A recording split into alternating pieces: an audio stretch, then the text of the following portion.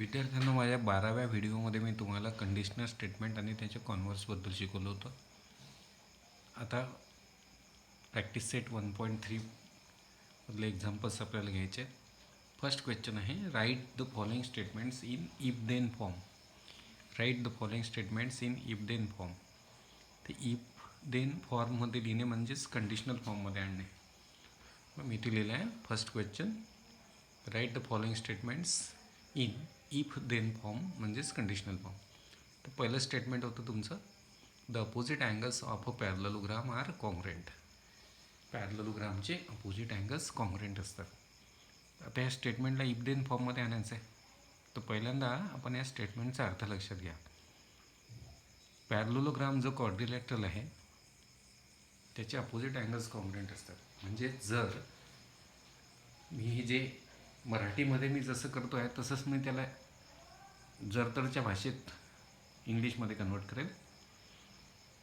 इथे मी म्हणेल की इफ म्हणजे जर क्वाड्रिलॅटरल हा पॅरललोग्राम असेल तर त्याचे डायगोनल्स, त्याचे अपोजिट अँगल्स कॉन्ग्रेंट असतात.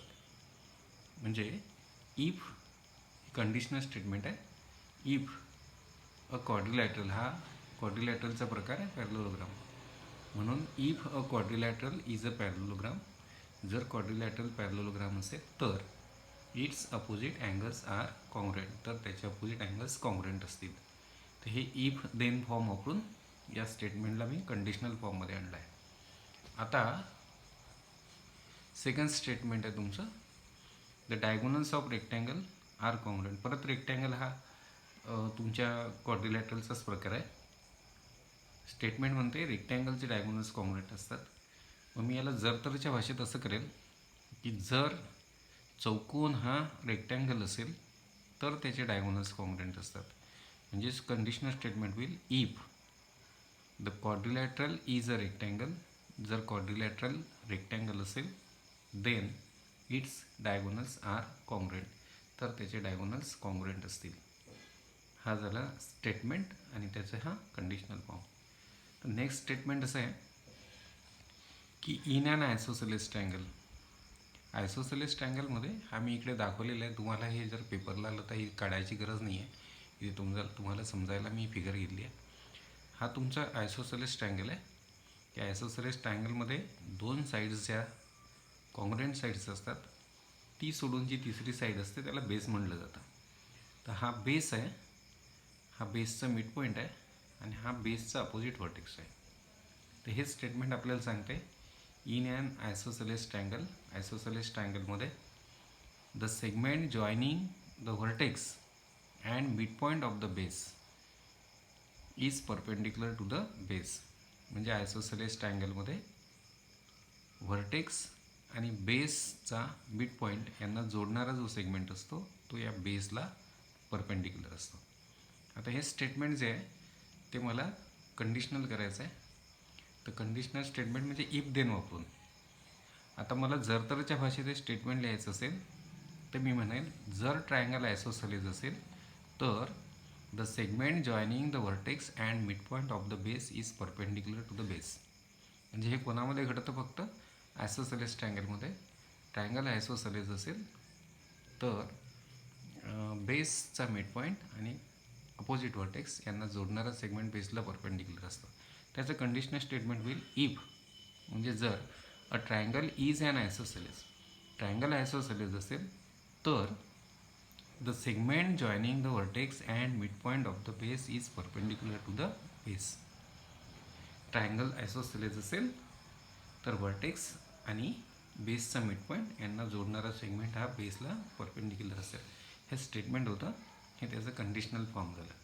आता याचा सेकंड क्वेश्चन आहे, write the converses of following statements. खाली दिलेल्या स्टेटमेंट्सचे कॉन्व्हर्सेस लिहा. कॉन्व्हर्स हा प्रकार काय असतो?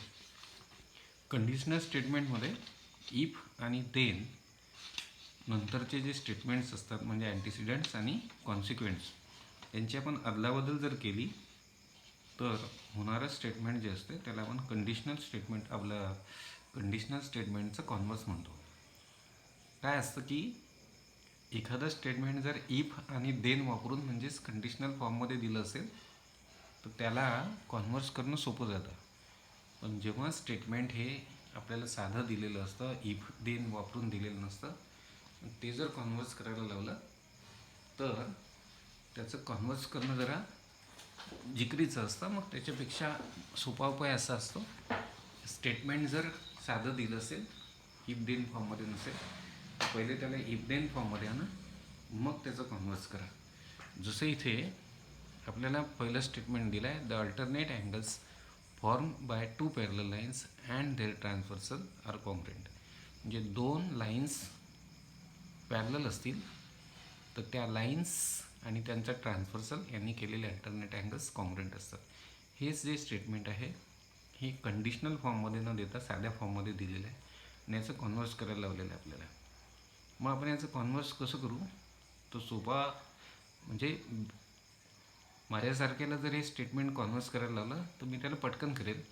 मी त्याला कंडिशनल फॉर्ममध्ये नाही नेलं तरी मला त्याला कॉन्व्हर्स करता येईल. पण बिनचूक जर आपल्याला करायचं असेल, चुकायलाच नको, तर अशावेळी असं स्टेटमेंट जे कंडिशनल नसते त्याला कंडिशनल फॉर्ममध्ये जर पहिल्यांदा तुम्ही आणलं तर त्याचं कॉन्व्हर्स करणं सोपं जातं.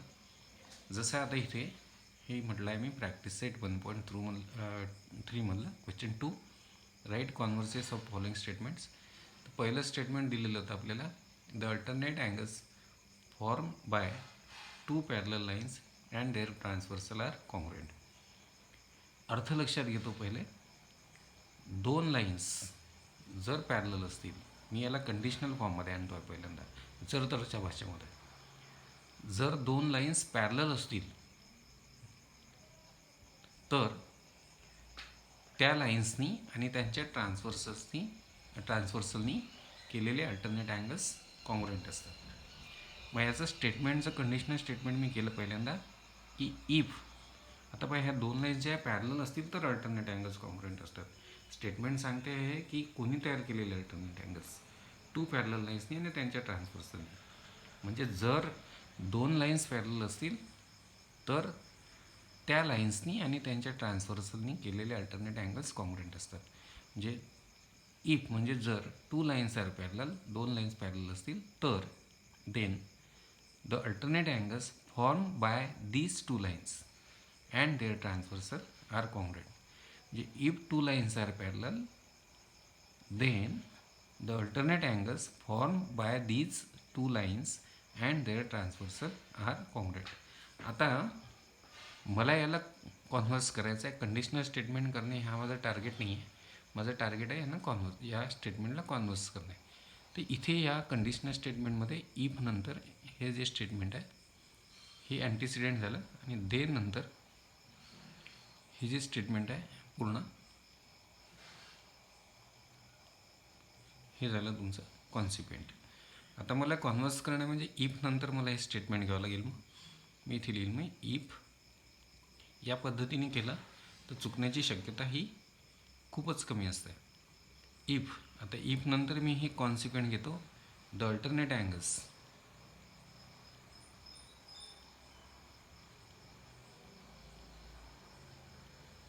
If the alternate angles formed by, if the alternate angles formed by. आता इथे दीज लाईन्स म्हणजे कोण? दीज टू लाईन्स आहे ना. इथे दीज नाही देणार मी आता, बाय टू लाईन्स. इथे मी दीज वापरला होता कारण मला ह्या वाक्याची ती रिक्वायरमेंट होती की जर दोन लाईन्स पॅरलल असतील तर alternate angles form by these two lines. जर दोन लाईन्स पॅरलल असतील तर ह्या दोन लाईन्स, ह्या दोन लाईन्स म्हणजे डीज टू लाईन्स. आता इथे या वाक्यामध्ये मी दीज नाही वापरणार की if the alternate angles form by two lines. ते वाक्य थोडंसं चेंज, आपल्याला एक दोन शब्द इकडे तिकडे करावे लागतात. Two lines and their transversal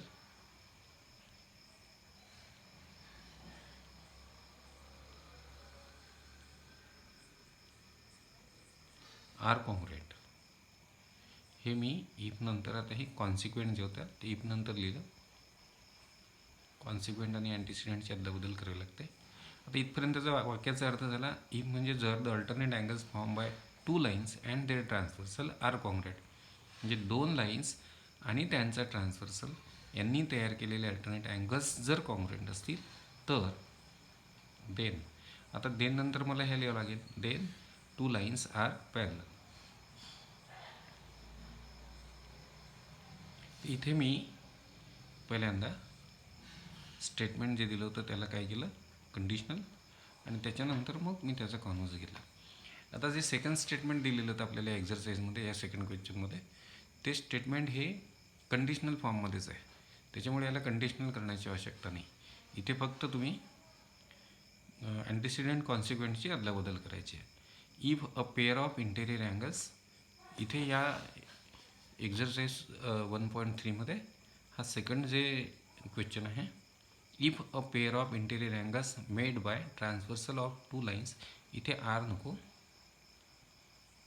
इथे इज पाहिजे, कारण इथे इंटेरियर अँगल्सने म्हटलेलं पेअर ऑफ इंटेरियर अँगल्स म्हटलेलं आहे. जर नुसतं इंटेरियर अँगल्स म्हटलं असतं की if interior angles made by transversal of two lines, म्हणजे दोन लाईन्सचे इंटेरियर अँगल्स, आता इथे अँगल्स आहेत तिथे आर आलं असतं, पण इथे इंटेरियर अँगल्स म्हटलेलं नाही, इथे पेअर ऑफ इंटेरियर अँगल्स म्हटलेलं आहे. जर इंटेरियर अँगल्सची जोडी, जर इंटेरियर अँगल्सची pair made by transversal and of two lines, म्हणजे दोन लाईन्सच्या ट्रान्सव्हर्सलनी केलेल्या इंटेरियर अँगल्सची पेअर, इथे पेअर आहे जोडी, तर इथे इंटेरियर अँगल्स म्हटलं असतं तर आर आलं असतं, इथे पेअर म्हटल्यामुळे इथे इज करावं लागेल. हे करेक्शन तुम्ही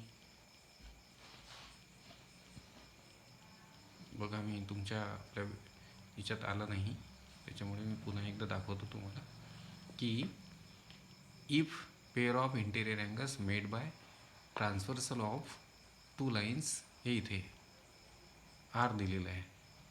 हे आर केव्हा आलं असतं, जर इथे पेअर नसतं म्हटलं, नुसतं असं म्हटलं असतं इफ इंटेरियर अँगल्स जर काय असतील, सप्लिमेंटरी असतील, तर इथे इंटेरियर अँगल्स असतं तर आर आलं असतं, इथे पेअर म्हटलेलं आहे, त्याच्यामुळे इथे इज करायचं आहे तुम्हाला. आर काढून घ्या, इज करा. मी इथे करेक्ट स्टेटमेंट लिहिलेलं आहे की वहीमध्ये हे स्टेटमेंट घेतलेलं आहे मी, if a pair of interior angles made by transversal of two lines is supplementary then the lines are parallel. आता इथे मला कॉन्व्हर्स लिहिताना खूप सोपं जाईल. हे जे आहे इफ नंतरचं statement,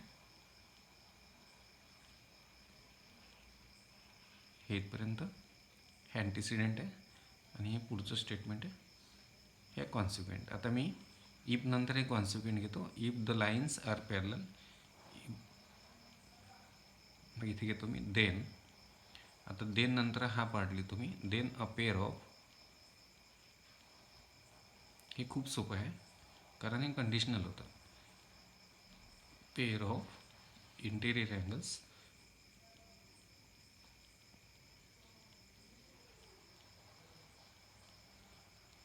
made by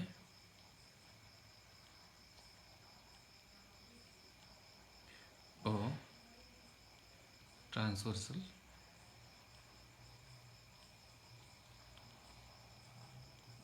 of two lines is supplementary.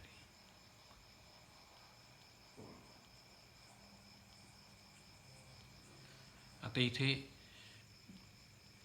If नंतर द लाईन्स आर पॅरलल, इथे किती लाईन्स दिलेले आहेत तुम्हाला, टू लाईन्स दिले आहेत, म्हणून इथे आणखी जर मी इथे एक काम केलं, if the two, if the लाईन्सच्या ऐवजी, इफ दच्या ऐवजी मी इथे टू लाईन्स असा शब्द वापरला तर आणखी योग्य होईल.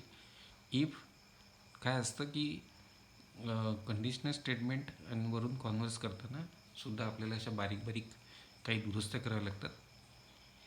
If the lines are parallel म्हटल्यापेक्षा if two lines are parallel then, आणि मग हे a pair of interior angles, हा अँटीसिडेंट मी इथे देन नंतर टाकतो आहे a pair of interior angles made by transversal of two lines is supplementary. म्हणजे याचा अर्थ होतो दोन लाईन्स पॅरलल असतील तर त्यांच्या ट्रान्सव्हर्सलनी तयार केलेल्या इंटिरियर अँगल्सची पेअर ही सप्लिमेंटरी असते. आता नेक्स्ट स्टेटमेंट जे आहे आपल्याला ते म्हणत आहे the diagonals of a rectangle are congruent. The diagonals of rectangle are congruent हे स्टेटमेंट जे आपल्याला दिलेलं आहे थर्ड, हे थर्ड स्टेटमेंट कंडिशनल फॉर्ममध्ये नाही आहे. मग पुन्हा तेच जर मला हे करायला दिलं तर मी त्याला कंडिशनलमध्ये न आणता डायरेक्ट त्याचं कॉन्व्हर्स घेईल. पण तुमच्यासारख्याला जर ते करायला दिलं तर माझा असा सल्ला असतो की पहिल्यांदा हे स्टेटमेंट जे कंडिशनल नाही त्याला कंडिशनल फॉर्ममध्ये आणा आणि मग त्याच्यानंतर त्याचा कॉन्व्हर्स करायला तुम्हाला सोपं जाईल. तर हे जे स्टेटमेंट आहे हे थर्ड स्टेटमेंट होतं आपलं the diagonals of rectangle are congruent. तर याला मी पहिले कंडिशनल स्टेटमेंट करतो. आपण केलेलं आहे अशा टाईपचं स्टेटमेंट कंडिशनल फॉर्ममध्ये आणलेलं आहे याच्या वरच्या क्वेश्चनमध्ये. सेकंड आपल्याला स्टेटमेंट दिलं होतं. आता याला मी कंडिशनल कसं करेल, हा रेक्टँगल क्वाड्रिलॅटरल आहे, मी देईल मग if a quadrilateral is a rectangle, quadrilateral rectangle असेल then its diagonals are congruent. आता याचं कॉन्व्हर्स करेल मी इफ नंतर हे जे स्टेटमेंट आहे हे आहे तुमचं अँटिसिडेंट आणि हे आहे कॉन्सिक्वेंट. आता मी कॉन्व्हर्स करताना लिहील इथे की इफ. आता मी तुम्हाला सांगितलं होतं कंडिशनलवरून कॉन्व्हर्स करताना पण काही गोष्टी थोड्या आपल्याला बदलाव्या लागतील. जसं आता इथे हे कंडिशनल स्टेटमेंट जे आहे याच्यामध्ये देन नंतरचा जो कॉन्सिक्वेंट पार्ट आहे मला तो इफ नंतर इथे आणायचा आहे. ते इफ आता इट्स म्हणजे कोणाचे ते आपल्याला लक्षात घ्यावं लागेल. इट्स म्हणजे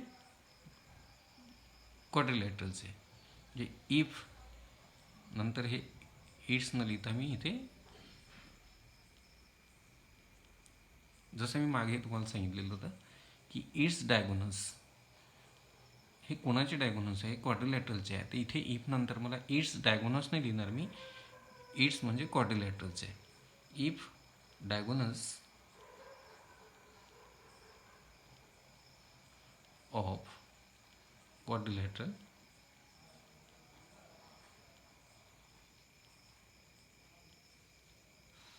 if diagonals of quadrilateral are congruent.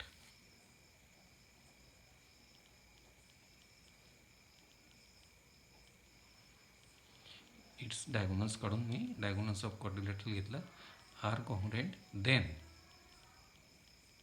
a quadrilateral is a rectangle. Then a quadrilateral is a. आता इथे मी जे मला स्टेटमेंट दिलं होतं ते रेग्युलर स्टेटमेंट होतं, त्याला मी पहिले कंडिशनल केलं आणि कंडिशनल स्टेटमेंटवरून मग मी कॉन्व्हर्स लिहिला जो मला सोपा गेला. तर अशा पद्धतीने हा एक्झरसाइज तुम्हाला अभ्यासायचा आहे आणि आपण मग पुढच्या व्हिडिओमध्ये 13th व्हिडिओमध्ये अपोजिट अँगल्स आर कॉन्ग्रुएंट या थेरमकडे येऊ.